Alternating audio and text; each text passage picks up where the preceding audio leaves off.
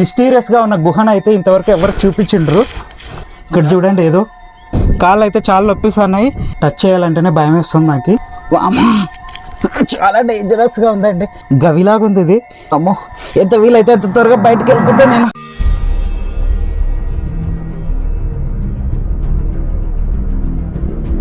Hi friends, ఇప్పుడు present అయితే అశోక మహారాజు వేయించిన ఎర్రగుడి శాసనం దగ్గర ఉన్నాము. ఇది కర్నూలు జిల్లా జొన్నగిరిలో అయితే ఉంది. ప్రస్తుతం ఇది పూర్తిగా పురావస్తు శాఖ వారి ఆధ్వర్యంలో ఉంది. ఎర్రగుడి శాసనం 3వ శతాబ్దంది. ఎట్లుంటుందో ఏమో అనుకున్నాము. కొన్ని చూసింటాం మనము, వెళ్ళేదానికి దారి కూడా ఉండదు. ఇక్కడ నీట్గా దారి అయితే ఏర్పరిచినారు.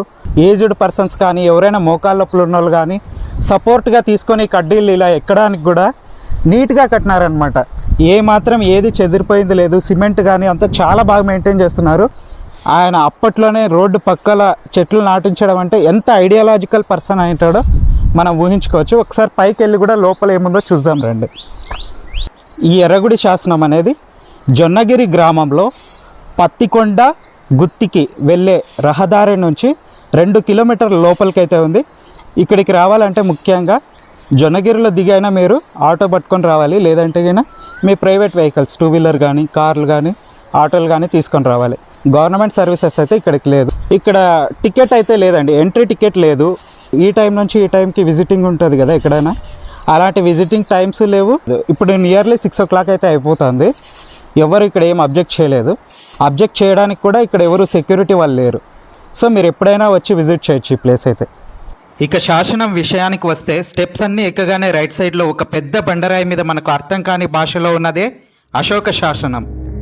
మౌర్య సామ్రాజ్యంలో ఎక్కువగా వాడిన భాష పాలి లేదా ప్రాకృతం. ఈ శాసనం చూస్తుంటే చూడండి ఎంత బాగా, ఏదో మనకి ఇంగ్లీష్ లెటర్స్ ఉంటాయి కదా, ఓ అని ఎస్ అని. చూడండి, ఇదైతే పీ షేప్లో ఉంది, ఇది ఐ షేప్లో ఉంది. ఈ శాసనంలో ఏం రాశారో కూడా మనం కింద చూసాం కదా, తల్లిదండ్రుల్ని ప్రేమించండి, శాంతిగా జీవించండి అన్నది మాత్రమే అశోక చక్రవర్తి యొక్క ముఖ్య సందేశం. కాబట్టి అదే ఈ రాయి మీద అయితే చెక్కారు. ముఖ్యంగా ఇలాంటిది ఎన్నో దశాబ్దాల కిందటిది మన ఆంధ్రప్రదేశ్లో ఉండడం మనం చాలా గర్వించదగ్గ విషయం. ఇలాంటి వాటిని సంరక్షించుకోవడం కూడా మన బాధ్యత. మన భారతదేశంలో 14 శాసనాలు ఉన్నాయి అశోకుడు వేయించినవి. ఆ శాసనాలన్నింటినీ ఒక ఫ్లెక్సీ రూపంలో అయితే ఇక్కడ ఏర్పాటు చేశారు. ఒక్కొక్కటిగా చూద్దాం రండి. ఇప్పుడు మనం ప్రజెంట్ ఉన్న ప్లేసే జొన్నగిరి ఎర్రగుడి శాసనం. శాంతి rock edict, Jaugada rock edict, Dhauli rock edict, Bombay Sopara rock edict, Girnar rock edict, Kalsi rock edict, Shahbazgarhi rock edict, Mansehra rock edict. చూడండి, ప్రతి ఒక్క చోట కూడా మనం ఇందాక చూసినాం కదా, ప్రతి ఒక్క చోట చూడండి ఈ లిపి, అప్పుడు వాడే భాష అనమాట ఇది. అశోకుడి శాసనాలు 11 కూడా ఇక్కడైతే పొందుపరిచినారు. అన్నీ ఇక్కడ పెట్టడం అనేది చాలా మంచి ఐడియా. మీరు కూడా ఎప్పుడైనా విజిట్ చేసినప్పుడు తప్పకుండా వీటిని చూడడం మాత్రం మిస్ చేయకండి. ఇప్పటి వరకు ఎక్కడెక్కడ ఉన్న 11 శాసనాలు అయితే ఒకే చోట పొందుపరిచినారు కదా, అవి చూసాము. ఆ పైన ఏముందో కూడా వెళ్ళి చూద్దాం రండి.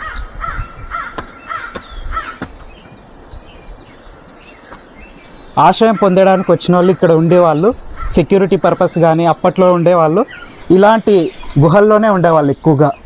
ఒక ఐడియా కోసం నేను కూడా లోపలికి వచ్చాను. ఇక్కడైతే ఎంత తక్కువ ఉన్నా ఒక 6-7 మంది 6-7 మెంబర్స్ అయితే ఈజీగా రెస్ట్ తీసుకోవచ్చు. ఇది కూడా చూడండి, ఇక్కడ కూడా కూర్చోవచ్చు చూడండి. ఇప్పుడు ఇంకా ఏమైనా ఈ గాలివానలకి ఇలా ఒరిగిండొచ్చు, కానీ ఇంతకుముందు నీట్గా ఒక రూమ్ లాంటిది అనమాట ఇది. ఇప్పుడు మనం చూసిన గుహకి వెనుక భాగంలోనే దట్టమైన బండరాలతో కూడిన పెద్ద గుహ ఉన్నట్టయితే మేము గుర్తించాము. దీన్ని చేరుకోవడానికి దాదాపు కొంతవరకు దారి ఉండడం మాకు కనిపించింది. చూడండి, ఈ కింద పడితే గిన మనం అంతే. ఈ గ్రిల్ గిన్ లేకపోతే మనము చాలా డేంజర్. ఇక్కడ ఎవరు కూడా రారు. అనుకున్నట్టుగానే దారి అయితే ఇక్కడితో అయిపోయింది. ఇక్కడి నుంచి నడవడానికి కాదు కదా, కనీసం లేచి నించోడానికి కూడా సాధ్యం కాని పరిస్థితి. ఎందుకంటే ఇది దట్టమైన బండరాల మధ్య లోతైన సొరంగాలతో కూడిన దారి కాబట్టి చాలా జాగ్రత్తగా ప్రతి అడుగు ఆచితూచి వేస్తూ ముందుకెళ్ళాలి. ఇంకా ఎంత ముందుకు వెళ్ళాలి, దారి ఎలా ఉందో కూడా తెలియని పరిస్థితి. ఎలాగోలా అతి కష్టం మీద మొదటి సొరంగాన్ని దాటి ముందుకెళ్ళాము అని సంతోషపడే లోపే మరో సొరంగం ముందుకు వచ్చి కళ్ళు తిరిగేలా చేసింది.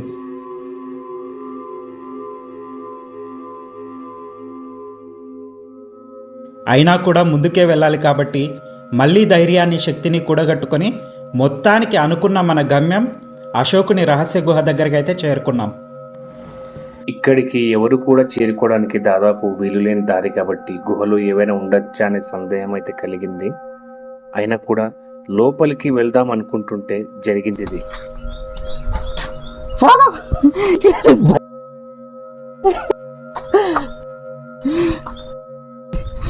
ఏదో చూసేదానికి అక్కడ ఏదో ఒక చిన్న ప్లాంట్ పెద్దగా ఉంది, గబ్బిలాలు కూడా ఉన్నాయి లోపల. మొత్తానికి మేము అనుకున్నట్టుగా గుహలో జంతువులు లాంటివి అయితే లేవు. అందుకే ఏమాత్రం భయపడకుండా దాదాపు పూర్తిగా గుహ లోపలికైతే వెళ్ళాము. చాలా అంటే చాలా ఇదిగా ఉంది. వెళ్ళదలుచుకున్న వాళ్ళు కొంచెం, ఇవి రాళ్ళు న్యాచురల్గా ఏర్పడ్డాయా? ఏదో ఇక్కడ చూడండి, ఏదో టచ్ చేయాలంటేనే భయం వేస్తుంది నాకు. చిన్న సైజు పాములు అన్నీ ఉంటాయి అన్నట్టు. అమ్మో, ఇలాంటి వాటిలోకి వెళ్ళడం ఎంత కష్టమో బయటికి రావడం కూడా అంతే కష్టమో. చూసారు కదండి ఎంత డేంజరస్గా ఉందో. ఇలాంటి వాటిలోకి వెళ్ళే ముందు ఒక్కసారి ఆలోచించుకొని రండి. చూసారు కదండి అశోకుడి ఎర్రగుడి శాసనం విశేషాలు. ఇక మన వీడియో నచ్చినట్లయితే లైక్ చేయండి. ఇలాంటి మరిన్ని బ్యూటిఫుల్ వీడియోస్ కోసం మన ఛానల్ని సబ్స్క్రైబ్ చేయండి.